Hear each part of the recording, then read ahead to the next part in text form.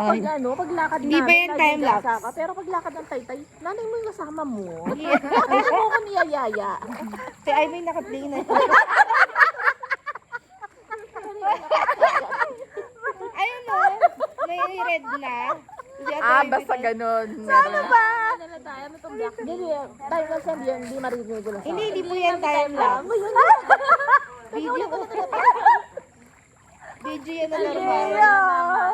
Nabiktima ko ate Ivy. Dapat natin yan. Ano Lola, Ay, meron pa. Ano bang gagawin natin?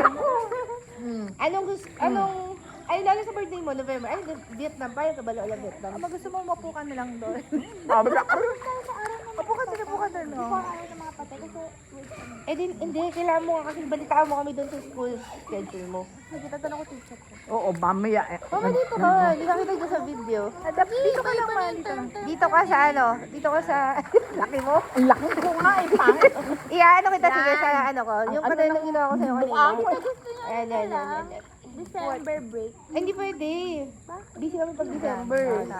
Marami Hindi namin silang kaya. We have. Pwede summer break na lang. Ano kami activities? Kaya nga sabihan mo nga kami ko October, June. November. June. Parang Ano na ngayon? parang may baby. Baby Lola. Dapat dito sa dala. Dito April next year. Hindi, hahawa mo kami lang kami. Too far. And, you know, Dapat, next year, tsaka we'll November be yung busy magandang, for your debut. maganda pag, Oh my God, I'm so pressured. wow. Hindi, wag ka naman kayong sumama. Parang ngayon na, wag na ako sumama. Magpahal ka ng Lola Vietnam, November. Hindi na Bahala ako kayo. nasa.